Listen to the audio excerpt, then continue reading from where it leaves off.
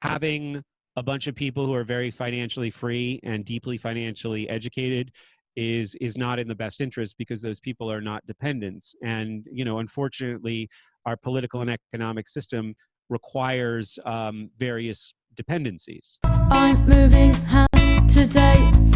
It's been 2 years, 8 months and 28 days, and I've got to say that as I step off the bus for what could be the last time spent as sitting in your boss supermarket queues, etc. And I have to say though, it's only today that I'm glad to be leaving. I really will miss the when Santa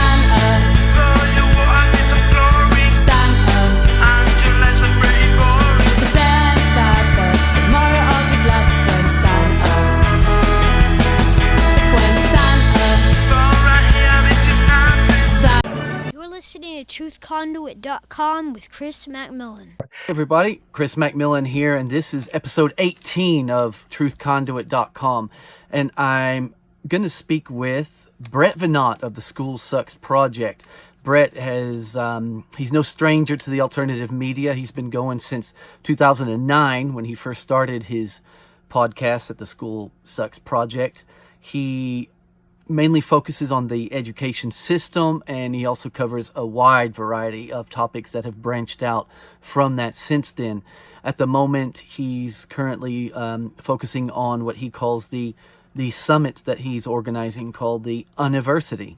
In any case, as always, check out all the show notes. I've dropped all the relevant links.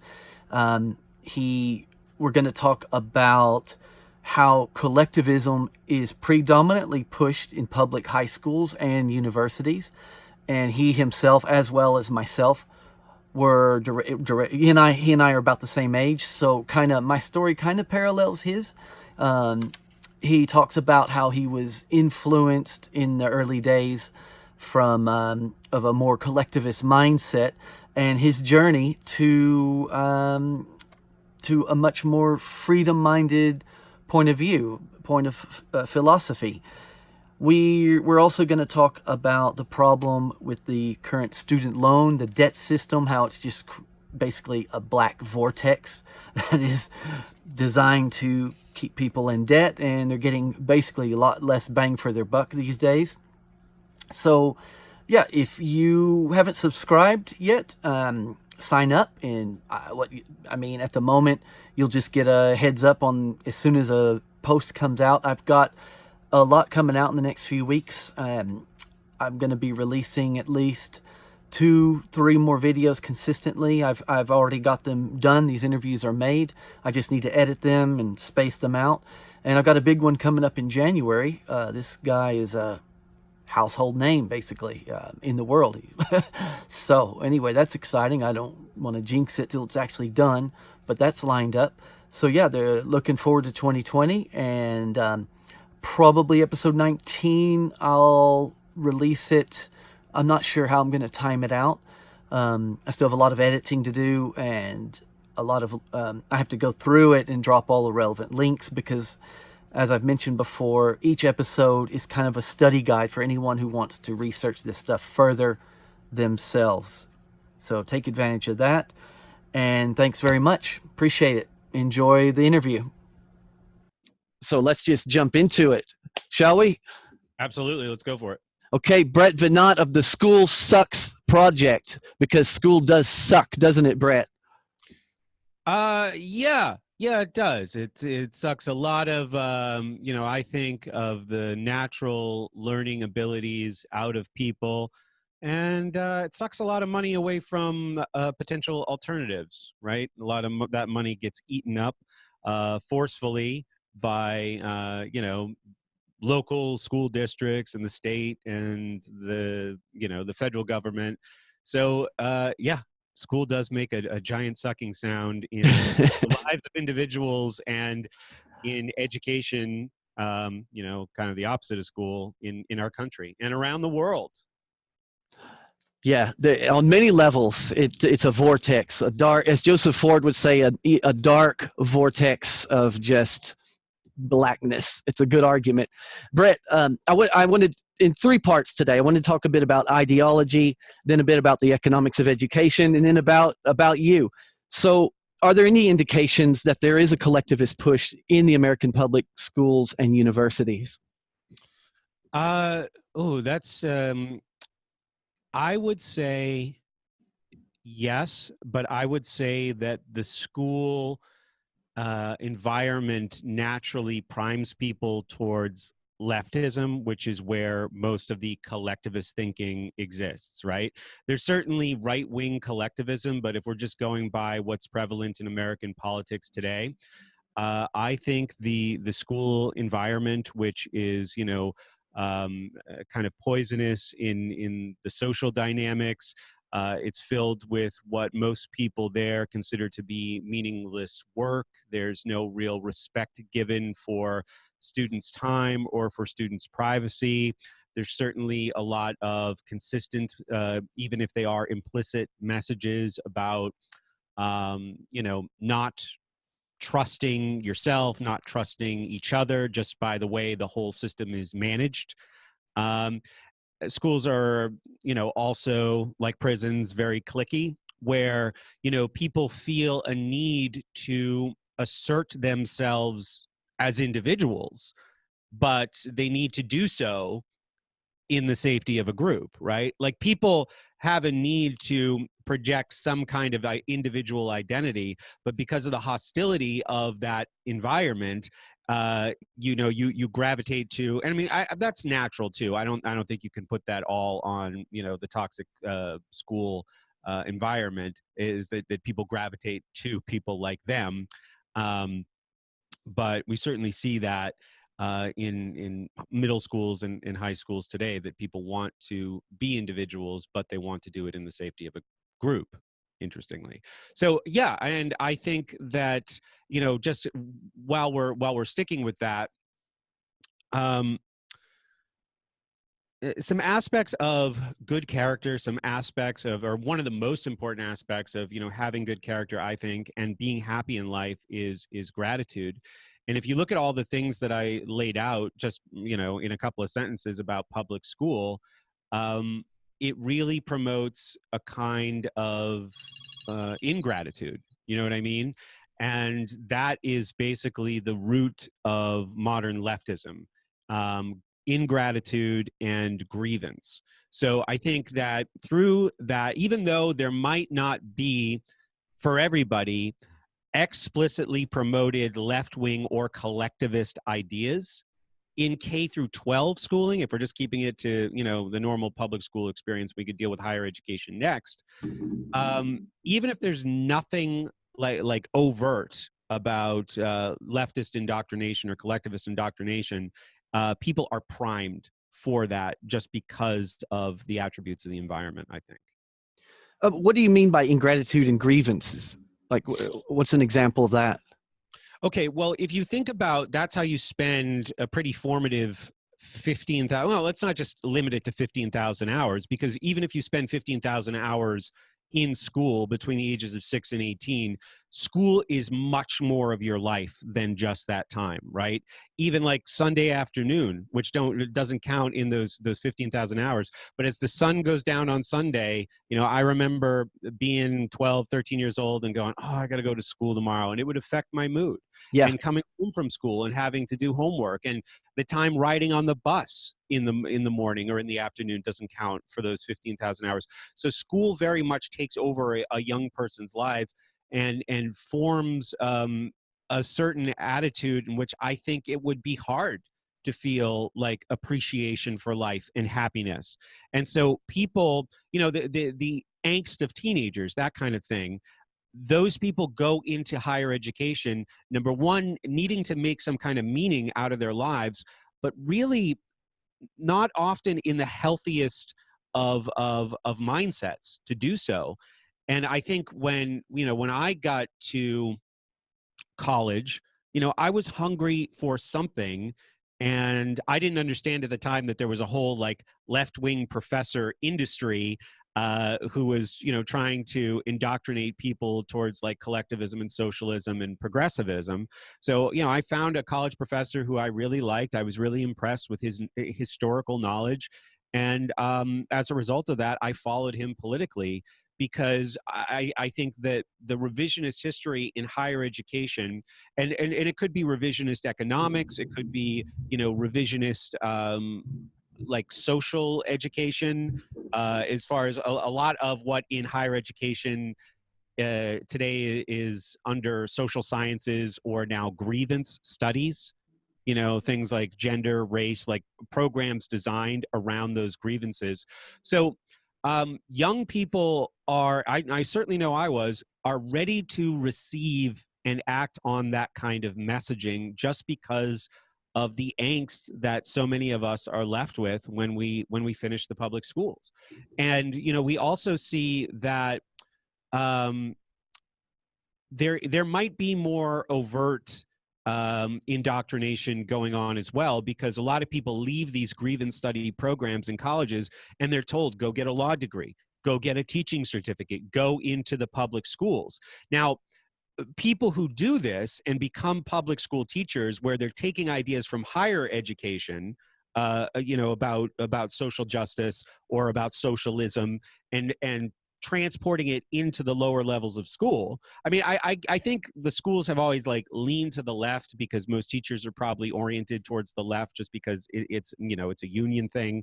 And there's been an alliance with the Democratic Party and unions for a long time. But there was nothing, I don't remember anything really overt in my K through 12 education that was like, support this, vote for these kinds of people. I didn't see that. And I probably would have been more attuned to that than most people. My dad was a conservative. He was chairman of the school board when I was in elementary school. I know my teachers didn't like me, because my dad wanted their pay to be based on merit, like when he was in charge of the school. So I was kind of like a lightning rod for my dad's ideas. But I was never, obviously at that age, in that level of ignorance, I wasn't able to connect that to any kind of political opposition between, one side or the other. So I think the point is that in the last 20 years, we've seen more of these ideas from higher education trickle down into K through 12 schooling. And to give the people doing this the benefit of the doubt, they see it as a noble pursuit to pass these ideas that they learned in college on to younger students, things about like making them aware of injustice, or about how great socialism compared to the evils of capitalism, whatever they think, right?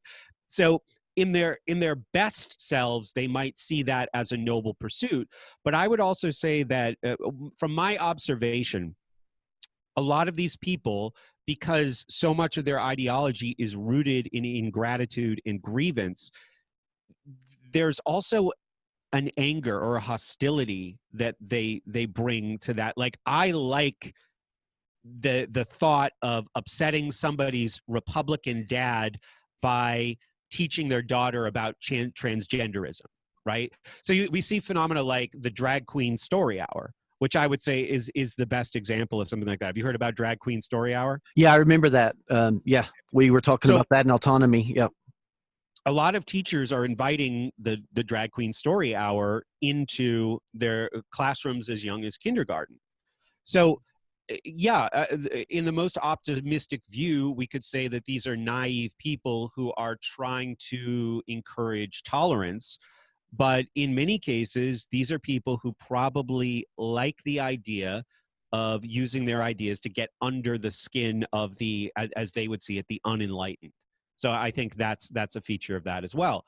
A lot of these young teachers who are bringing these social justice ideas into the public schools, they're also just kind of taking essences of what they got in college, and they're being motivated more by feelings than by the scholarship of this.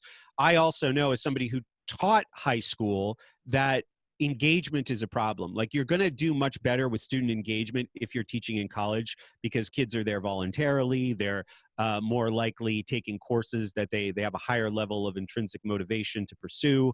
And when you're teaching at the secondary school level, you want to be effective, And I felt more of a need when I was in that situation to sensationalize information. Like I remember in 2005, 2006, being a teacher and talking about things like the Apollo hoax, 9/11 truth. Like I was doing this in a school just because, you know, if I'm honest with myself, I was desperate to command the attention of that classroom. So if you think about that, not in the realm of like, you know, truth movements or anything like, but social justice and socialism is better than capitalism type thinking, teachers in an effort to engage students might sensationalize those things. And a great way to sensationalize things is to do an amplification of the enemies, you know, like men, like whites, like straights. You know, you see all this antagonism towards these certain types of groups. Who are the oppressors? All of that is bleeding into lower levels of education, and really right down into elementary school, where kids obviously don't have the wisdom or the intellectual self-defense to effectively counter the things that they're being told by teachers, right? While they're in a system that basically, even if they're like oppositional or defiant, the message, the consistent message of that system is the people who are at the front of the room are the people who know, right? Even if you don't like them, even if you fight with them, even if they kick you out of class and give you detention, they are the knower and you are the learner. So yeah, I'd say we've seen a lot of things trickle down from higher education, which has been in a leftward shift for pretty much the latter half of the 20th century, and that's accelerated in the 21st century. One of the reasons for that is a lot of older professors who retired, professors probably from the greatest generation, were replaced by baby boomers who were like the social justice activists of today, motivated to get into education, to continue spreading this message. A lot of these baby boomers were motivated by like the student protest movements of the 1960s. So they took that new left ideology and they started bringing it into higher education in the 70s and the 80s. And obviously their spawn produces more of these people who are also told that, you know, go to the institutions where you can have the most leverage as far as power, which is higher education and government. And so they're repopulating. And we see that, you know, some studies show that I'm trying to think of a couple that come to mind. What was the guy's name? Okay, there was a political science professor at Sarah Lawrence University, and he started. And Sarah Lawrence is like a very, very left-wing school. He went out and he did this survey of about 900 administrators, and this was relatively recently. He found that liberals outnumbered conservatives 12-1 in these situations. So like we're kind of leaving like libertarian thinking out of the mix here, but if we just want to deal with the two prevailing political ideologies in this country, a 12-1 outnumbering is still not good because it's not showing a very rich discourse or diversity of ideas. You mean 12-1 outnumbering the right-wing conservatives? Right. So comparing, you know, in the dichotomy there. Yeah. So where are we? We're not even in the scale, man. Well, I mean, we would be mostly aligned, I think, with conservatives on a lot of economic ideas, which is very dangerous that there's no representation of that in higher education. So Abrams reported this to the New York Times, and his office at Sarah Lawrence was then vandalized for pointing this fact out, that this is the problem, that there's such a tipped scale in favor of liberalism. The fact that he thought that that was a problem got his office vandalized. Students were circulating petitions calling for him to be fired. He got harassment, all kinds of made up complaints against him. And then that ultimately came down to the president of Sarah Lawrence. He appealed to her to like, hey, can you defend my right to free speech as, you know, an academic in this institution? And she wound up reprimanding him for reporting to the New York Times without her permission to do so. That's unbelievable. That's the first I've heard this story. When did all this go down? This was just in the last few years. And this is also, you know, Jonathan Haidt, in his book, The Coddling of the American Mind, did a lot of good work on this subject. Another political scientist named Stanley Rothman did a lot of studies through the 80s and the 90s on this. Ultimately, there was I think in the last couple years, a study that like 5 out of 6 liberal arts colleges, half of them, or let's see, let me say that again. The study was of the top 50 liberal arts colleges in the country, and about half of them had no conservative representation on their staff at all. So, yeah, that's progressively getting worse as far as, you know, balance of ideas are concerned. I think that the real cost of this is that you get that echo chamber effect in higher education, right? So as these, and again, this is also a result of this, is these grievance studies departments have grown in the last, so that's cultural studies, gender studies, queer theory, critical theory, like, you know, the Frankfurt School outgrowths, critical race theory, whiteness studies is another one. Are these actual studies in colleges now? Yeah, as part of social sciences. Absolutely. Okay. So just the fact that you have such a slant in program design is obviously an indicator that the lack of diversity of ideas in the echo chamber it produces is a problem.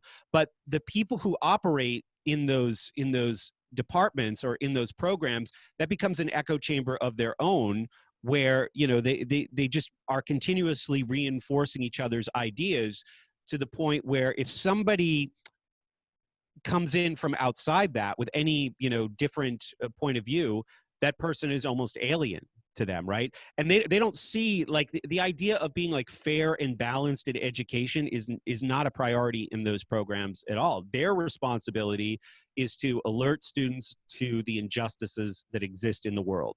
And that very much becomes a one-track mind. So an example that we see in popular culture is when these people stray outside of their environments, they often just look like complete fools.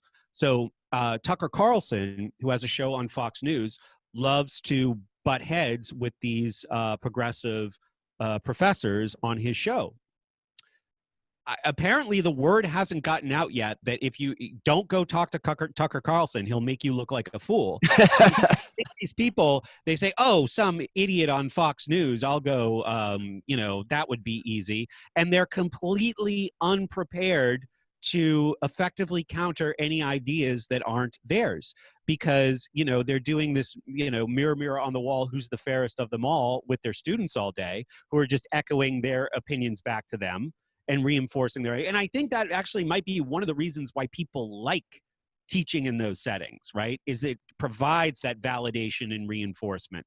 But it's not just coming from the students, it's coming from their fellow faculty, it's coming from the insularity of their whole program, and it just gets worse and worse. So I don't think that the roots of the problem are particularly nefarious. It was just a matter of a bunch of greatest generation people who probably were more balanced, who were probably less ideological. Many of them could have been more to the right simply because they got into college in the first place through something like the GI Bill, you know.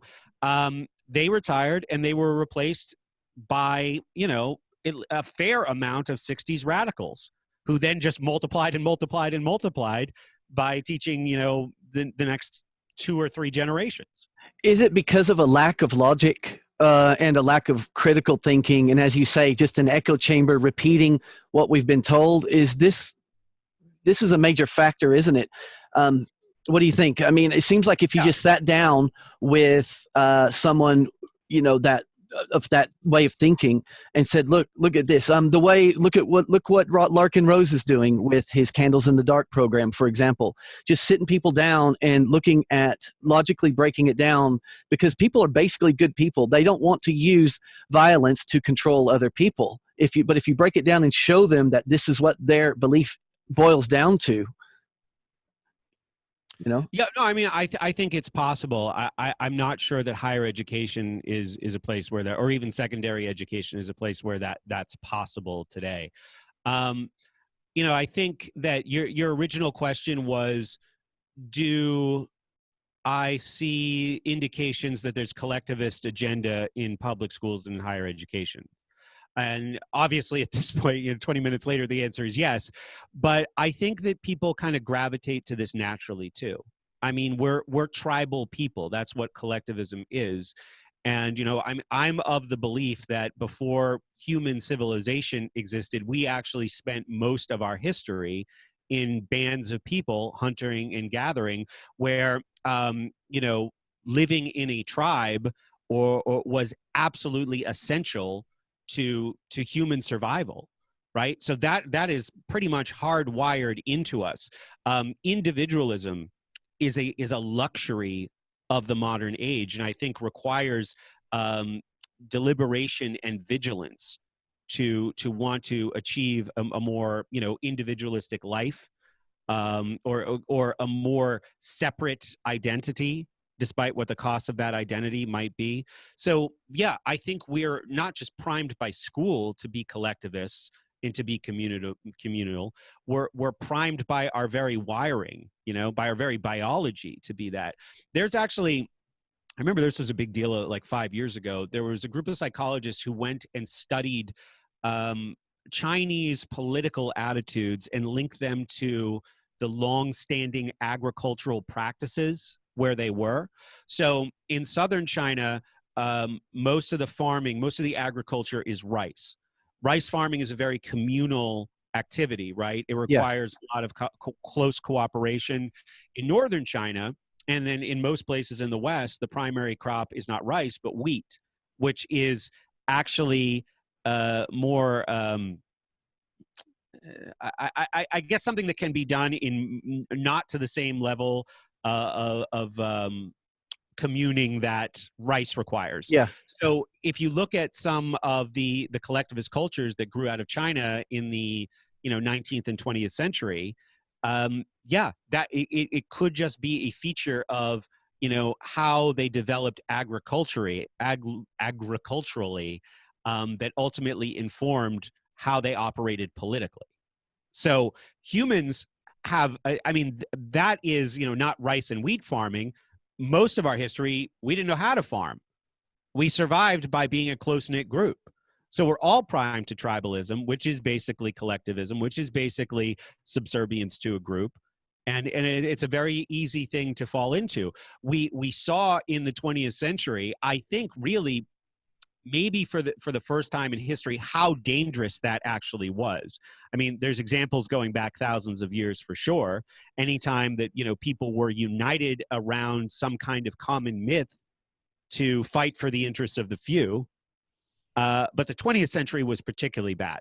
And I think that's when conversation and scholarship about individualism versus collectivism, even though it existed before that, that's where it became like, wow, this understanding this and picking sides here might actually be essential to the survival of our species. Yeah, I doubt the Gulag Archipelago is essential required reading for high schools these days.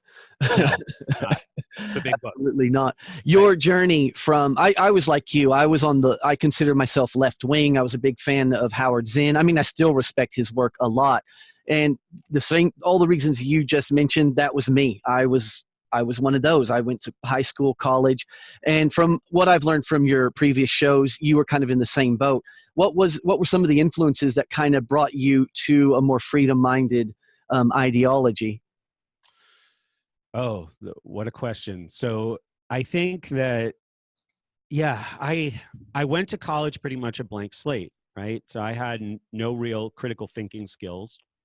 And these emotional factors that I talked about in our previous segment there, that angst, right? So wanting to assert myself as an individual, wanting to make meaning out of my life, but not really having the wisdom or the courage to chart my own path in doing that. So, there's plenty of mostly left progressive political operations that seize on this opportunity in young people, right? And I will get to your question in a second, but just some backstory on that. Like what happened at Parkland with that Parkland High School shooting recently, how all those kids became anti-Second Amendment activists. And some of them got really annoying about it, But after I went through my period of antagonism, I went, geez, if I was 17 years old, I remember me at 17 years old. I don't know how much better I was than David Hogg when I was 17 years old. If somebody came to me and took me out of this meaningless existence and said, how would you like to be a crusader for the truth? How would you like to be a crusader for the good? How would you like to fight against evil? And how would you like national accolades for doing that? I would have jumped on that opportunity in a second. Right? Yeah, me too. And I think a lot of those kids did exactly that. So this whole climate strike is another example of that, where, these kids are angry, they feel powerless, and it's like, well, here's an opportunity for you to make we've made meaning for you. All you have to do, it's like a turnkey make meaning operation. We made it for you.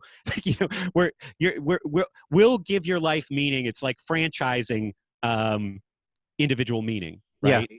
Like your identity will be fighting against climate change. Your identity will be fighting against gun violence. So I think when I went into college, I was looking for something like that, even if I didn't know I was looking for something like that. I went and I did an internship about halfway through college, working with a film company. My uncle was a film producer, and I worked with his partner in Boston. And, I spent a lot of time in his office, and he had been involved in politics, and they made movies that, had social messages. Like they produced Mississippi Burning, which was about, racism in the South. Yeah, that was with Gene Hackman, wasn't it? Yeah, William Dafoe. Like, so kind of like beginning of the civil rights movement, South story. They did a quiz show, which was a movie very much about television and the impact of television. They did another movie called The Paper, which was about honesty versus sensationalism in journalism. And so I'm looking at the guy I worked for. His name was Nick Paleologos. He had been involved in education in school. I'm throwing up air quotes. He had been involved in education policy in the government of Massachusetts. So I was really inspired, like, gosh, I need to do something with what I'm learning, with the privilege that I'm learning that I have in higher education, to come from this background. Like, I have to give something back. I have to contribute to the world. And that was actually how I decided to, instead of pursuing the communications career that I was planning on, I kind of shifted into education. And, I took exactly, like, I hope I'm not pasting my own story onto like the motives of so many people that I talked about earlier. But like, I graduated from college and I walked out of the building with all the notebooks from my progressive history classes. Yeah. Right. And a lot of them had like really great history in them, but it also had a political agenda embedded into it. So I, worked as a general ed, special ed teacher for a while. I did outdoor education for a while. And working my way up through the school in 2004, I landed what I was sure was going to be my dream job, teaching history at the high school level. So I dusted off those notebooks from college. I wrote all my lesson plans out of, the history and political and social education that I got in college. And I forced it onto these kids. And I've said several times, like, man, I didn't encourage a lot of critical thinking. I didn't encourage a lot of free thought. I was kind of, a zealot about transmitting that information to them and sparking up their interest in history and also their awareness of injustice in the world, even though I didn't understand it fully at all. I had no idea how big the world of ideas was. So as soon as somebody came along with the confidence, when I was in college, of like, this is what's right, this is how things work, this is not the Disney version of everything that you've been fed your whole life, I was hook, line, and sinker for that. And I didn't reevaluate that until I think I wanted to be a better teacher, right? I wanted to be more provocative. I wanted to be more sensational. And I think it's the same thing that's true with the social justice activist teachers today. You remember the movie Multiplicity, where Michael Keaton like makes a copy of himself? He clones himself. Yeah, vaguely. I've seen it. It's been a while. So he makes a copy of himself, and the first clone is like pretty good, but then he clones the clone, and then he clones the clone of the clone, and the clone of the clone of the clone is not a particularly useful human being, right? He talks about it like copy of a copy of a copy, how they keep getting duller. So, I'm a copy of a copy teaching and making more copies. And I don't know what people did with that information after that. I shudder to think about, how my teaching between like 2004 and 2006 might have affected some of these people. Because I was sensationalizing, I was over dramatizing, I was operating much more on feeling than I was on trying to have like a holistic understanding of the great conversation or the world of ideas. Today, I think because of the echo chambers that exist, people are less likely to ever break out of that, right? And their identities are so wrapped up in what they're doing that it might be just too inconvenient to see that there might be some error in their ways. But I was fortunate to be like in the right place at the right time and to start going online and consuming, reading, watching things that made me think in new ways and sort of expanded my view of the world. So at the time, I was very oriented towards the left, but I also started to get into things like 9/11 truth, right? Yeah. So this was a very challenging expansion of like, yes, so I'm primed for this by my ingratitude and grievance mindset that like the world is a totally screwed up place and everybody's out to get you and there's all this injustice. So you enter a story like 9/11, like this was perpetrated by the government and the media against. I was like, wow, what could possibly be a better story for angry young me? But through that, I actually, motivated by the interest in that, right? The sexiness or the allure of conspiracy, right? Almost like it's almost like a great movie. I had to, like wanting to find out what was at the other end of that actually encouraged me to sharpen up all these learning skills that had been left underdeveloped by my schooling. And that was the point where I became, even though I didn't know the word at the time, an autodidact, right? Through that process, I actually had more of a willingness to integrate information that didn't align with my worldview. And maybe I was lucky enough that my worldview just wasn't hardened enough. It wasn't attached to my identity enough.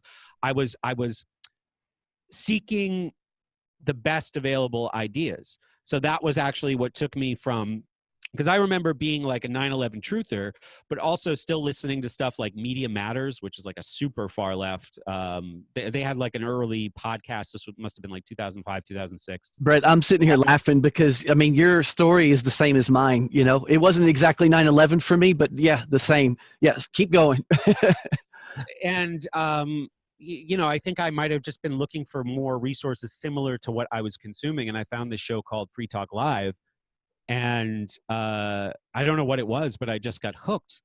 And I really started paying more attention to the ideas that they were purveying on the show. And I wanted to learn more about the ideas.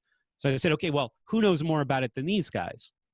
So I wound up finding like Wes Bertrand, Complete Liberty, Stefan Molyneux, Free Domain Radio.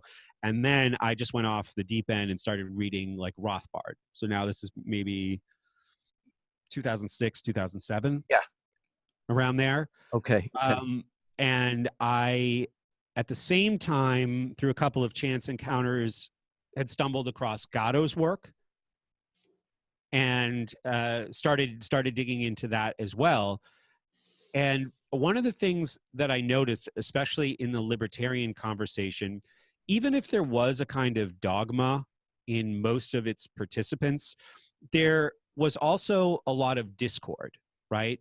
There was a lot of disagreement on various issues, right? And when I started to become involved in that world years later, the intensity of some of the conversations that I would at first just kind of observe, I was like, okay, this is what thinking people do. They debate, right? They challenge themselves. They don't exist in an echo chamber where everybody is saying the same things, even though from the outside people would look at anarcho-capitalism or libertarianism or voluntarism and they would say, oh, that's just an echo chamber, circle jerk, whatever. But when you're inside it, it seemed different, and it seemed different from any sort of collective that I had been a part of before. And now, having some confidence as an autodidact, I think I also, even though I didn't embrace it, like when I first started my show, I wanted to be safe. I wanted to be appealing to as many of these people as possible. But one thing that I slowly learned was that it's important to have your own unique voice in this space as well. So that was, a process that took place over maybe like 10 years of my life.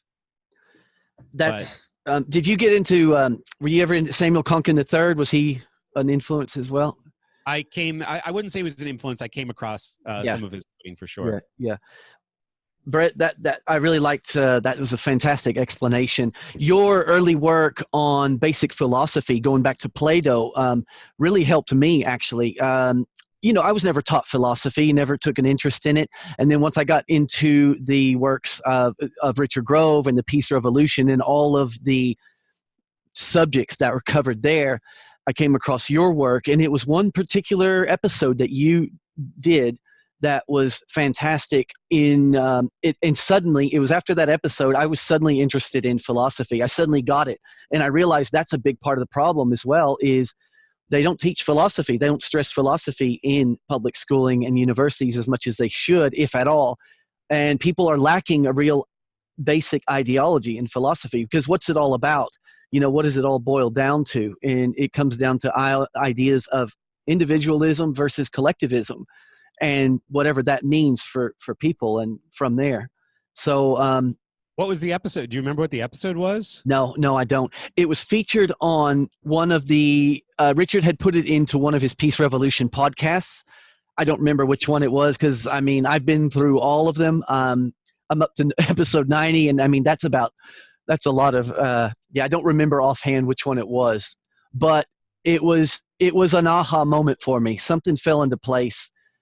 And yeah, Plato, the allegory of the cave, maybe. I was already familiar with the allegory of the cave. No, you spend a lot of time comparing Hegel, talking about him and Kant and how it tied into Plato. That idea that people have the right to rule over others, and you went into detail about whether or not they would have meant for their, who was it? You were saying, I can't remember if it was Kant, you were reckoning that he was probably the lesser of the two evils. Now, I may have gotten that mixed up, but you were saying he probably didn't mean for these ideas, and you tied it into Germany and how that basic philosophy was how the Nazis were able to manipulate people into justifying that this is okay to hurt other people.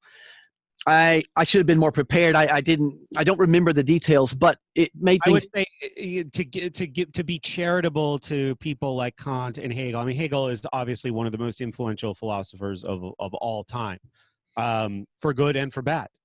Yeah. That German idealist movement, how, again, it's multiplicity, it's copy of a copy, right? Yeah. So Kant does all of these wild explorations as somebody who's genuinely determined to understand the world around him, right? And a lot of his ideas get perverted and spread by this disciple of his named Johann Gottlieb Fichte, right? Who was actually, one of the people who most responsible for promoting anti-Semitism in the German states, calling the Jews a state within a state, most responsible for the idea to do some form of compulsory education. So somebody who I don't have a very charitable view of, right? But all of these, the first time I ever heard of Hegel was like Alex Jones talking about the Hegelian dialectic, that Hegel was this evil guy who said you start a problem and then you already have a solution in mind. So when the people react, you give them the solution. Like Hegel that was nothing that Hegel, ever promoted, I don't think. But that was how I first heard about him, was he was some evil guy. So And I admit I associated him as an evil guy as well because of that problem, reaction, solution. Yeah. Right. But probably one of the most important and influential philosophers in the last 200 years, if not ever.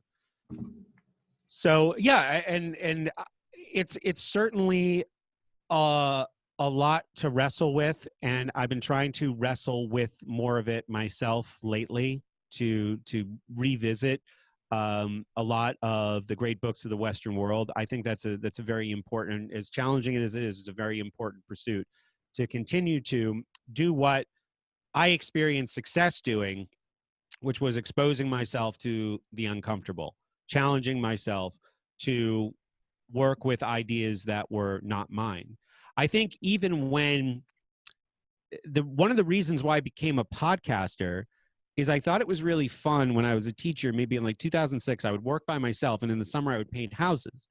And I started realizing that it was more fun to listen to stuff that I disagreed with through my headphones, and then to like pause it and argue about it, to have like mock debates, sometimes out loud, sometimes just talking out loud on a ladder. I had no coworkers, the people I was painting for, if they weren't home. Yeah, I was about to make a joke of people steering clear of you in the street.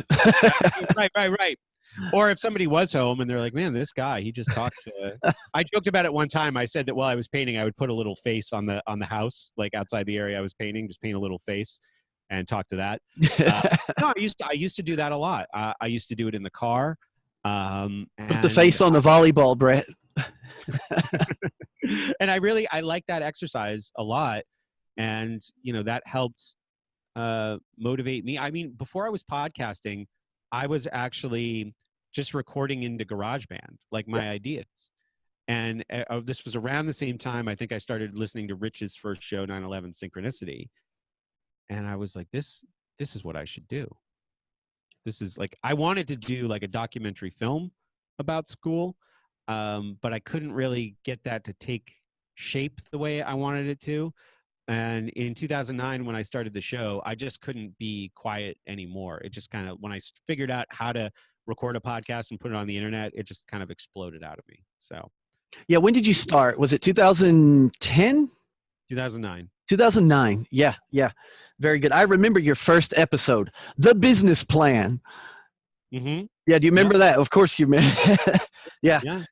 Because once I got wind of your work through the Peace Revolution, I said, this guy, I really like what he's doing. So I went back to the beginning, and I'm still making my way through. Of course, now I catch your latest episodes. There's so many topics out there that are so important that people really need to. You're an example of a proper way to go about things. People just need to open their mind, argue with themselves, and start learning these methods. But the first step is to recognize how they have been processed like a can of sardines by the system. Nobody's going to snap out of it until they realize that there's something wrong. And until that happens, there's not going to be any progress being made. Speaking of which, we're going pretty quickly here with the time, Brett. I'm going to, just for the sake of time, I'm going to kind of skip number 2 here. I was wanting to talk about economics of education, but maybe that can wait. I wanted to ask you, you mentioned the other day in your conversation with, I believe you were talking to Jim, there are areas in your life that you would like to achieve more freedom still. You want to talk about that? Yeah, sure. I would like more financial freedom. Like I have total freedom with my time. I have total freedom with my location. I have total freedom with my relationships. And I think that's something that I often take for granted, and remember that some people don't. Some people have like undesirables foisted on them constantly through their work or their commute to work or their family situation. And, it was very important for me, and I think maybe my work experience had something to do with this desire, to be free of all of that, to not have to interact with people that I don't like or don't respect at all. The trade-off has been financial freedom. So, I can live, a pretty simple, modest, minimalist existence and really want for nothing. But that is also, um, but kind of keeping my vision small, right? Yeah. Like, to not say, wouldn't it be nice to go to Italy for the summer, right? So, or wouldn't it be nice to have, it's making a lot of trade-offs, and I think a lot of sacrifices that I don't want to make. I don't want to drive an 8-year-old car if I don't have to, right? So like, I moved to Pittsburgh, I realized the car that I had that was great for the kind of driving that I did in New Hampshire is the worst car to have here, right? It's super hilly here, the roads are bumpy, there's twists and turns, and I have this big highway cruising car. So it would be great if I could just say, oh, this isn't the car I want anymore, and the next day have a new car. Like, I would like things like, because that's a quality of life thing. That's not a consumption thing, right? That's a quality of life thing.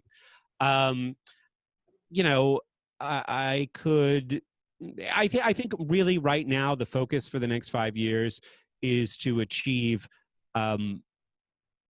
total financial freedom. Right. Very And it good. also has to do with correcting a lot of mistakes that I made in the past. Like, I was, again, in the mindset of ingratitude and the mindset of grievance, which I took into the philosophy of liberty. I had bad attitudes about a lot of things that I probably should have been doing, or not, things I shouldn't have been avoiding. And so now I've kind of gotten to the point where, okay, I see the consequences of not paying close enough attention to certain things I should have paid attention to with the respect to, like, personal finance. And I'm working slowly on trying to correct that. When people, and that would be like the greatest advice that I would give to people who are in their early 20s, get that right first. Build yourself a cushion. It's a cushion / launch pad, right? Don't go out into the world and take crazy, uncalculated risks without, having something to fall back on.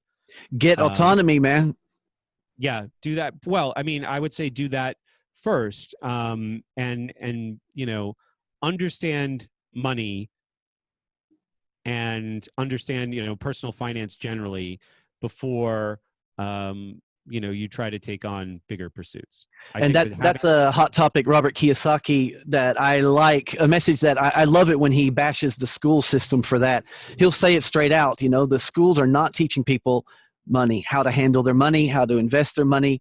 Do you think that could be intentional? I don't think there's anybody there who really knows how to teach that. I think there's lots of, like, cynical approaches that we could take to that. I don't think, if school is to make good citizens and school is to serve the political and corporate interests, having a bunch of people who are very financially free and deeply financially educated is not in the best interest, because those people are not dependents. And, unfortunately, our political and economic system requires various dependencies, And so you could parallel that with the healthcare system and big pharma. yeah, sure, absolutely. School is a place where you learn to be a dependent.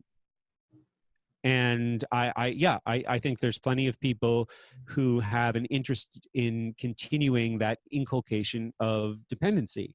I think it's probably, in some cases, it's sprinkled in with ideological factors, like, just to talk about the student loan thing. Like, we said we're going to skip that, but it actually relates to this. I can just go through it really quickly. Like, working on a continuum from most optimistic to most cynical, I think there are probably people like President Obama who would say, yeah, college is synonymous with success, right? That's a misconception that a lot of people have.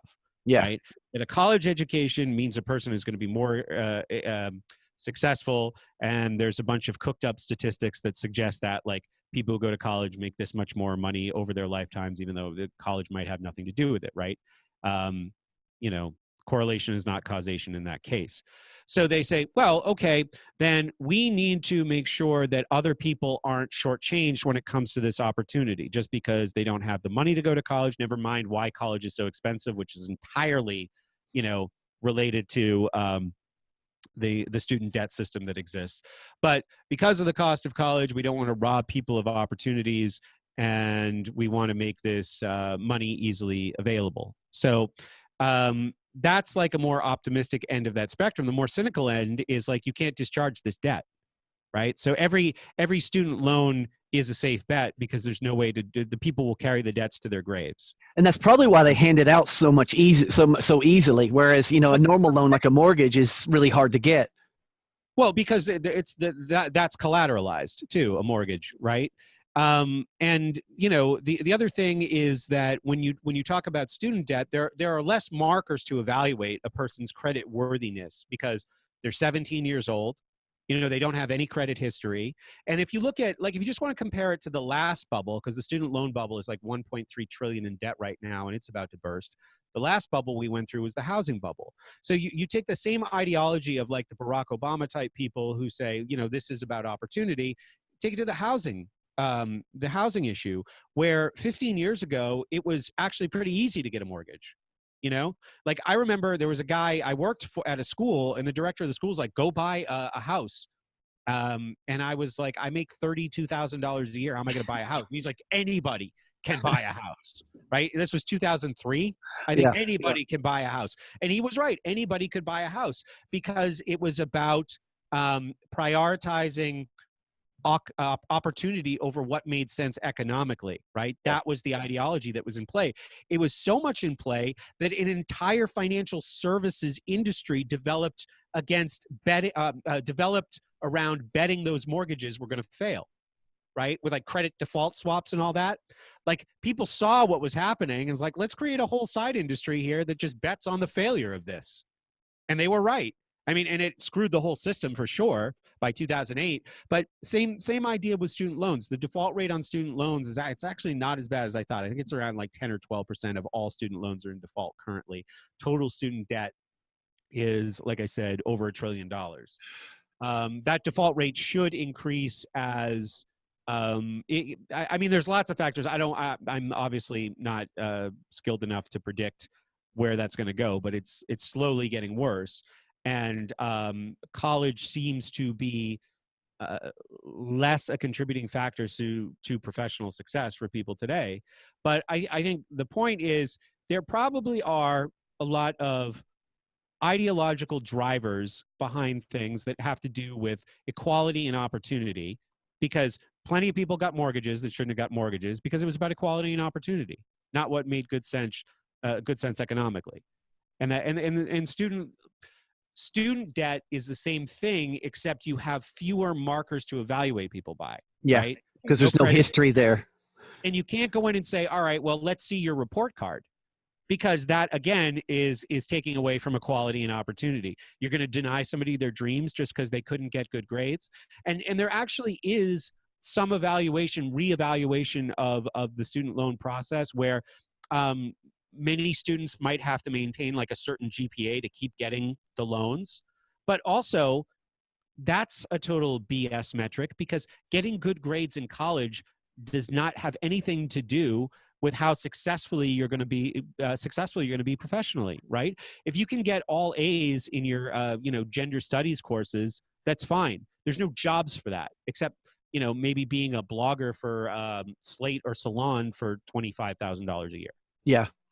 So, yeah, we not to diverse, but yeah, my wife and I, we bought an apartment in 2005 in Spain, and we weren't even working at the time. They were giving away mortgages. We were young and stupid, and just the drool coming out as we signed. Blah, blah. So I had no idea what I was signing. So yeah, back in that period, we were. I was part of that crowd, and we had a great time with our apartment, and in the end we got out scot-free. We managed to negotiate with the bank, and they wrote off our mortgage, which is another story in itself, but we got lucky. That's all there is to say about that. Solutions going forward then, Brett, you've got the university going on. Yeah, I think that, while I don't see that as obviously a solution to the entire problem, it was important for me to be able to put like a more legitimate foot forward as far as like what we offer as an alternative to traditional education, and that this is a representation that people can, and obviously, you know, this is nothing new. This has been going on for 10 or 15 years online with like, you know, the online course movement and all that. But I wanted some contribution to that, right? Like, yeah, we make free podcasts that have all this great helpful content in it, but I wanted to distill it into something that was, you know, a little bit more compact, a little bit more focused on something specific. And then I want to do that again with another topic. So the first one we did, based on audience polling, people said they wanted better research skills. So I said, okay, you know, there's that feature of it.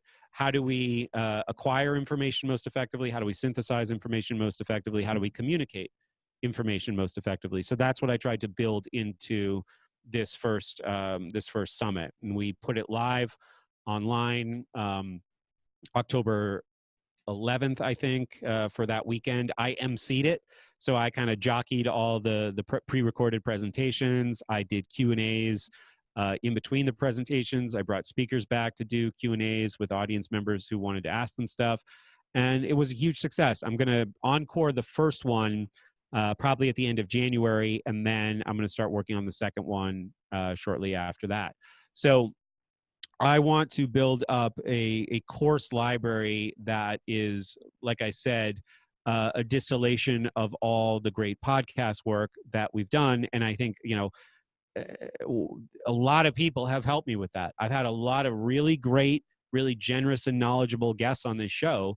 So the summit was about bringing some of those people back and having them give very focused presentations on this very focused topic. And that's a repeatable thing. I hope to have, you know, 10 of those done within the next 3 years. So you're going to do an encore of the research skills end of January, and then a second one, what, maybe in the spring? Second one probably around April or May. Yeah, cool. And do you have any idea what it's going to focus on? I do. I would actually like to do one on Nathaniel Branden's 6 Pillars of Self-Esteem, but there's probably some legal hoops to jump through, since that is, you know, Nathaniel Branden's intellectual property, and there are guardians. Even though he has passed away, there are guardians of his intellectual property. I know my friend Wes got like takedown notices for stuff that he had put on his website a couple years ago related to Brandon.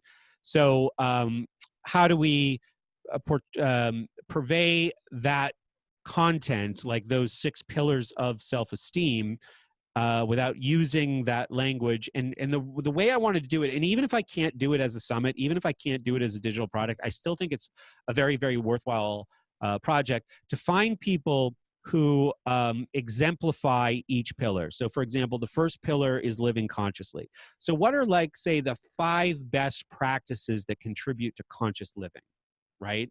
Is it some kind of meditation practice? Is it journaling? To go out and find the 5 exemplars of that, and to talk about their most cornerstone habit, you know, for that pillar. How about starting the day with a good cup of coffee? That, I mean, I think that's pretty essential. But what I would want is, like, okay, who's achieved a high level of success, who attributes that success to, even if they've never heard of the 6 pillars, right? To say, like, living consciously is why I've achieved this level of success, and the most important habit I do that helps me have a conscious life is this. Great. That's one topic right there. So maybe instead of like 12 presentations, which I think is what we had in the last one, we have 30 presentations. They're each a half an hour, and people just give, you know, the top 5 skills for the top 5 practices for each of the 6 pillars. That would be fantastic. Because you did have an episode, was it about a month ago, about the 6 pillars, or was it longer ago than that? But one of your more recent episodes, you did have a conversation about the 6 pillars of self-esteem. Oh, I feel like I talk about it all the time. Okay. It always came up in a mastermind, one of the autonomy masterminds that I do every Tuesday. Yeah. Came up, I think, in the one I just released. We talked about it for a while. Yeah, it's so cool, the autonomy class, what's going on. That's another solution. You know, we've got your university's going on, and then you're also an affiliate with the Autonomy class with Richard Grove, and now Jim Hood's Test Drive Your Future class, Yeah. which is a possible solution for people in their teens, reaching that teenage time when they're looking for alternatives to education. I'm hoping to talk to Jim myself in the next week or two. We've been kind of playing phone tag. So yeah, and then are you going to just, and then in the meantime, you've got your other show going on. I've drawn a blank here. Help me out here. What's it about? I feel like I have a few other shows. No, with your buddy, the Discomfort Zone. Thank you. Oh, the Discomfort Zone. Yeah, Sure. yeah. You've got that going on. What else? What else is going on with Brett Veinotte? Well, I've tried to like experiment with a couple of different content identities. So the Discomfort Zone has been one. It's a show we do for supporting listeners, and it's me and one of my best friends, and we talk about personal and professional challenges in a very real way that I would say I'm not comfortable releasing that to thousands of people. So we make it an incentive to support the show so we can keep producing all of the public content that we make and maintaining the public content that we make. I do a show with Danny McCarthy called In Pursuit of Utopia, which is a collection of topics that I love. I love talking about history, but it doesn't really fit into my content scheme. It's kind of a little bit off message. So I make that a bonus presentation. Danny and I try to do that every month. We're meeting about the next one today. I do the Autonomy Mastermind every Tuesday. That's available to my supporting listeners. That's a lot of fun. It's like a group Discomfort Zone. Or people are a little shy so far unmuting their mics. Like we've never had too much silence. Like people always do share and ask questions and bring problems. What we did last night was awesome. We actually ran long by like a half an hour, and I was happy to do it. I thought there were some new participants who had some really great questions and contributions. I do, on hiatus right now, I do a film analysis show with my friend Dutch. That's called the Picture of the Month Club. Yeah, he just had a baby, didn't he? Mm-hmm. Yep. So we try to find, so far it's kind of played out to be obscure films by great directors. And then we wound up doing Mad Max Fury Road, which I put out as a regular podcast. So if people want to see what the Picture of the Month Club is, they can go find that in my feed. That's one of my favorite things to do. I love talking about movies. And for next year, I'm actually going to I'm going to try to produce more regular content, maybe releasing up to 3 shows a week. I'm going to be re-partnering with my friend Gardner Goldsmith, and he and I are working on developing a bi-monthly kind of news analysis show. So that would be cool. Like take the local articles that are out and kind of break them down from a Brett Veinotte kind of perspective. Yeah. I think it would be like to look at what's trending and to try and actually go through our research process or our learning process. It would actually be, even though this threatens the entertainment value of the show for many people, less ideological, right? It would try to, like, we identify our biases, and then we try to show how we learn through and come to an opinion about, something that's trending in the news that week. Like a non-hysterical evaluation of a current event, which there isn't enough of today. So that's the idea we're kicking around right now, and he and I are talking back and forth about how to format that show. So yeah, I want to produce more content. I want to produce different types of content, and I want to keep doing this. I feel like this is I couldn't have imagined such designing such an ideal job for me when my professional career started.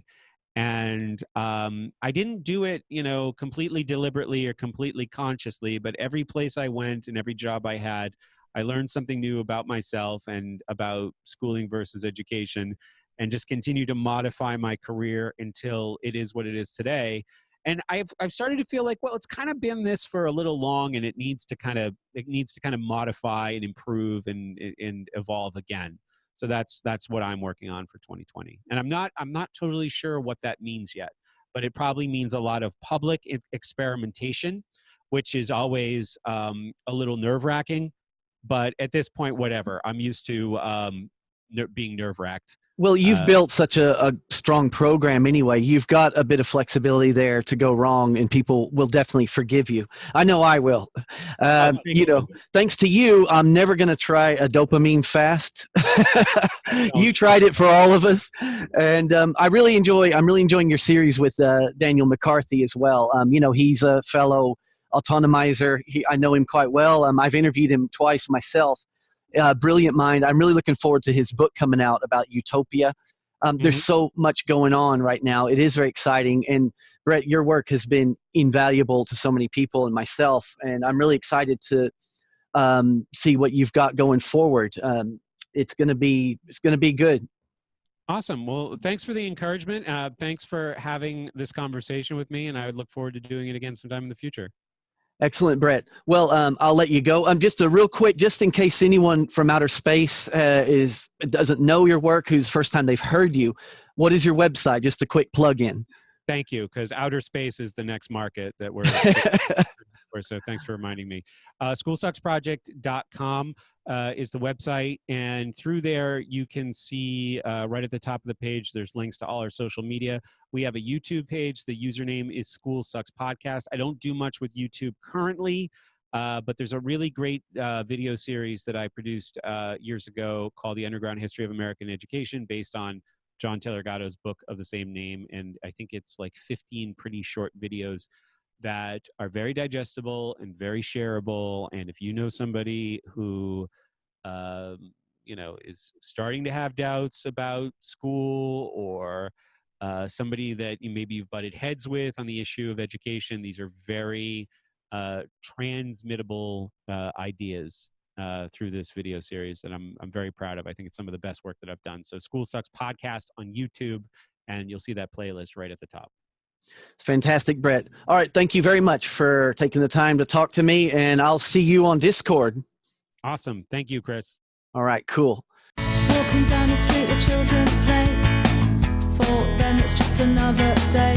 The future's reflected in their parents' faces, who chose to stay on in this place where they were born, went to school, got married, and kids, like their grandparents before them did. Got to escape, before it's too late. Although today I could say that I really will miss the when Santa.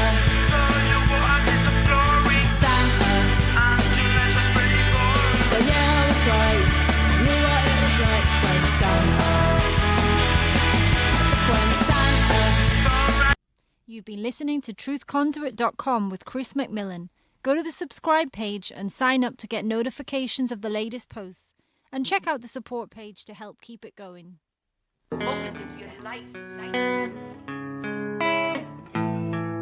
Yeah, I've got a friend in Jesus Christ.